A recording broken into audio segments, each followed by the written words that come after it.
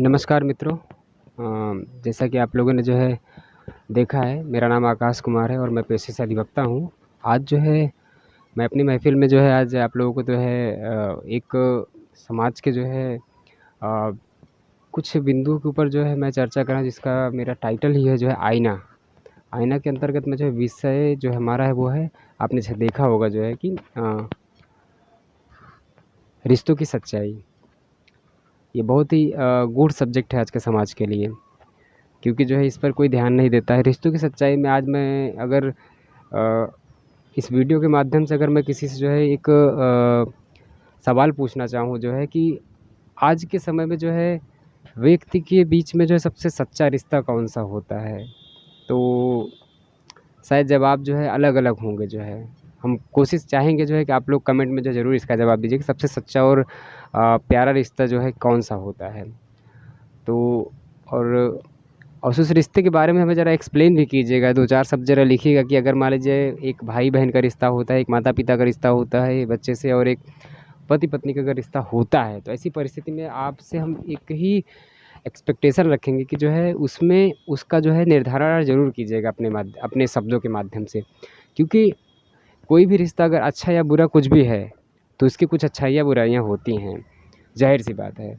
तो मैं एक छोटे से पॉइंट पे जाता हूँ, जिसमें जो है हमारा पॉइंट है, अगर हम बात करें जो है माता-पिता के रिश्ते अपने बच्चों से, तो क्या आज के समाज में जो है हम इस चीज़ को समझ सकते हैं कि जो है आज हमारे समाज में जो है माता-पिता जो है बच्चों से पूरी तरह से जो है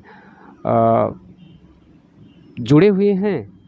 क्या ये सवाल आज के समाज में जो है बच्चों से हम पूछ सकते हैं, उनके माता-पिता से पूछ सकते हैं, क्या वो पूरी तरह से जुड़े हुए हैं? आज जो है अगर वो अपनी छोटी-छोटी बातें या बड़ी से बड़ी बातें अपने माता-पिता से शेयर करते हैं या उनसे जानकारी देते हैं कि नहीं देते हैं? जी हाँ, मेरा यही सबसे बड़ा जो है मुद्दा है इस समय कि क्या आज का बच्चा या आज के माता-पिता अपने बच्चों से जुड़े हुए हैं या नहीं हैं? जबकि ध्यान देने योग्य बात ये है, अगर कोई भी बच्चा डे 1 से अगर जो है अपने माता-पिता के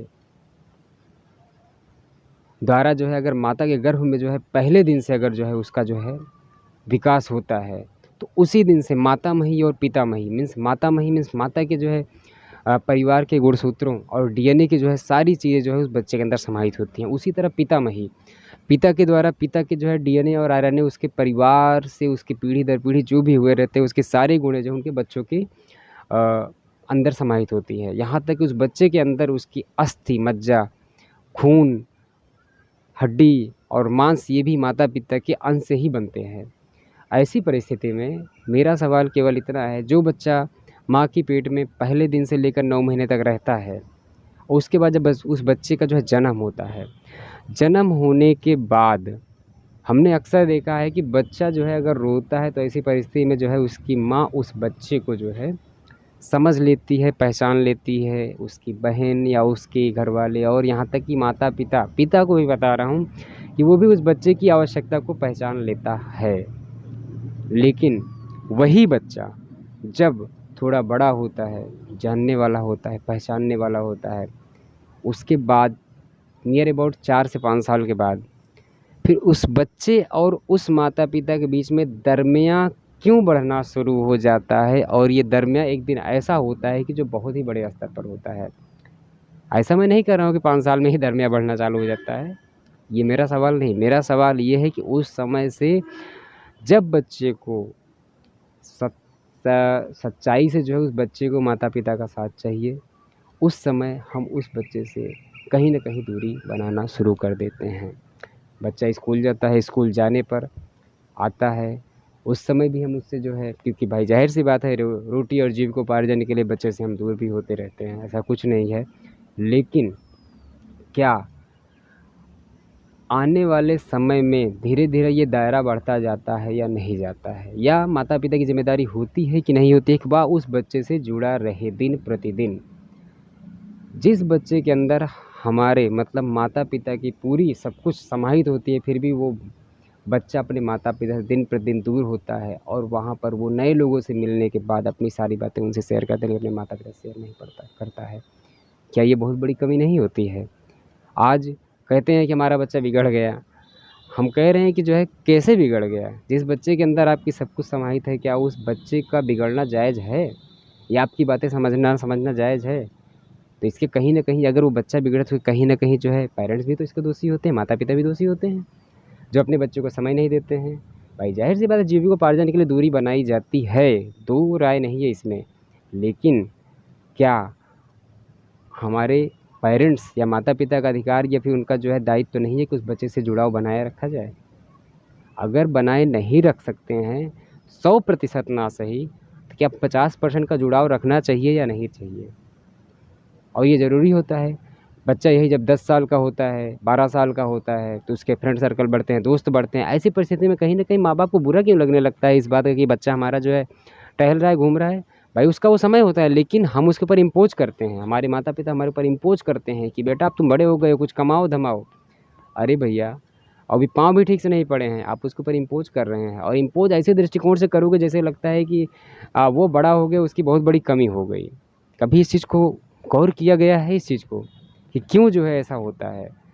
अरे ठीक है, वो बड़ा हो रहा है, उसको समझिए, उसकी भावनाओं को समझिए। एक समय ऐसा आता है कि हमारे बच्चों में बायोलॉजिकल चेंज होते हैं, लेकिन ऐसी परिस्थिति मोटिवेशन के बजाय बच्चों से हम दूरियां बना लेते हैं। यही दूरियां हमें उस बच्चे से इतनी दूर कर देती है कि जिस बच्चे को जो है जो उसकी कमियां या उसकी अच्छाइयाँ होती है हमें जानने के बजाय कोई अन्य जानता है। और यही कारण होता है कि आज का बच्चा कहीं ना कहीं वो प्रेम में पड़ जाता है, या कोई बच्ची भी होती है प्रेम में पड़ जाती है। अगर वो ऐसा होता है तो क्या उसके ज़िम्मेदार माँ-बाप नहीं होते हैं? बिल्कुल होते हैं। ऐज़ पर माय व्यू, मेरे नॉलेज से मुझे लगता है कि बिल्कुल होते हैं, क्योंकि उन्हें अपने बच्चे से बात करने का समय ही नहीं मिलता है। जब बच्चे से किसी भी से भरा हुआ गिलास होता है, अगर उसको पानी या कुछ भी बाहर नहीं निकाला जाता है समय से, तो वो बाहर गिरने लगता है। तो उसी तरह होता है, जब बच्चे को समय बाकायदे नहीं दिया जाता है तो अपने अंदर के इमोशंस को बाहर निकालता है वो किसी न किसी माध्यम से। वहाँ पर उसका दोस्त हो सकता है, प्रेमी प्रेमिका हो सकते हैं, लेकिन अगर वहीं पर उसके इमोशन को निकालने के लिए उसका दोस्त उसका माँ बाप बन जाते हैं, तो ऐसी परिस्थिति मुझे नहीं लगता है कि उसको किसी अन्य दोस्त की आवश्यकता पड़ेगी। बिल्कुल नहीं पड़ सकती है। लेकिन ठीक है, हमारी अभी 30 साल की उम्र है, 30 साल में हमने ये महसूस किया जो हम आज आपके सामने रख रहे हैं। लेकिन हमसे भी बहुत पुराने लोग होते हैं, बहुत से बड़े लोग होते हैं जो कि इस चीज़ का अनुभव कर सकते हैं। लेकिन क्या जो है ये समझने और जानने योग्य बातें नहीं है, समझने योग्य बातें नहीं है। अगर जिस बच्चे से हम ये एक्सपेक्टेशन रखते हैं कि हमने उसको बड़ा कर दिया है, पाल-पोस के, वो हमें जो है आगे चल के जो है हमारा पालन-पोषण करेगा, तो क्या हमने उस बच्चे का अच्छे ढंग से पालन-पोषण कर दिया है? अगर हमने पालन-पोषण कर दिया, ज़ाहिर-सी बात है कि वो हमारा पालन-पोषण करेगा, क्योंकि हमारा चरित्र जो होता है बिल्कुल शीशे की तरह होता है। जिस तरह हम शीशे के सामने जैसे खड़े होते हैं, सेम उसी तरह जो है हमारा चरित्र होता है। जैसा हम दिखते हैं वैसा ही होते हैं, कुछ अलग नहीं होता है। तो ऐसी परिस्थिति में अगर हम बच्चों के साथ ईमानदारी से हैं तो ज़ाहिर-सी बात है वो हमारे साथ ईमानदार होगा। लेकिन आज के माँ-बाप की सबसे बड़ी दिक्कत ये होती है, उनका पहला सवाल ये होता है कि बेटा हमने तुम्हें पैदा किया है, इसलिए हम तुमसे ज़्यादा जानते हैं, इसलिए हम जो कह रहे हैं वो करो। अरे मेरे भाई, मेरे पेरेंट्स, माता-पिता आपने पैदा किया है, बहुत अच्छी बात है, ये उसके ऊपर आपका वो है, अधिकार है। लेकिन अधिकार को आप जो है एहसान किस अंग से जो है आप कहते हो, हमें ये नहीं समझ में आता है। ज़ाहिर-सी बात है अगर आपका अधिकार है उसको पैदा करने का, एहसान है, तो आप ये भी मत भूलिए कि उसी बच्चे के द्वारा आपकी अगली पीढ़ी अग्रसित होगी। अगर वो बच्चा इस धरती पर नहीं आएगा या कुछ कर लेगा, ऐसी परिस्थिति में क्या आपकी पीढ़ी अग्रसित होगी? नहीं होगी। तो जितना आपकी ज़िम्मेदारी उस बच्चे के लिए है, उतनी ही बच्चे की ज़िम्मेदारी आपके लिए भी होती है। लेकिन हम यहाँ तो ऐसा होता है, अगर कोई अन्य ये कहता है कि हमारा बच्चा दारू पी रहा है, तो हम पहले उसी समय उस बच्चे को गाली देते हैं कि साले ने कैसे दारू पिया। कभी इस चीज़ को सोचे हैं कि हम अपने बच्चे से बात करें? पता नहीं, हो सकता है वो सही या गलत भी हो सकता है, लेकिन नहीं। मैं आपसे 1-2 सवाल भी उत्पन्न इस मेरे दिमाग में आया हुआ है जो मैं आप लोगों से कहना चाहता हूँ। अगर वो सवाल कहीं न कहीं जायज़ हो, ज़रूर हमें जवाब दीजिएगा। कि मैंने पहले एक सवाल उठाया था जो है कि आज के समय में जो है सबसे सच्चा रिश्ता कौन-सा होता है? ज़रूर बताइए कमेंट में जो है।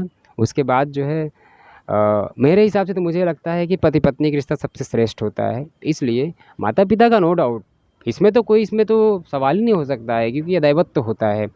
लेकिन उसके बाद अगर कोई रिश्ता होता है तो वो सबसे श्रेष्ठ पति-पत्नी का होता है। क्योंकि पति पत्नी को जो है रिश्ता पति के द्वारा पत्नी को समझना और पत्नी के द्वारा पति को समझने से बेहतर कुछ नहीं होता है।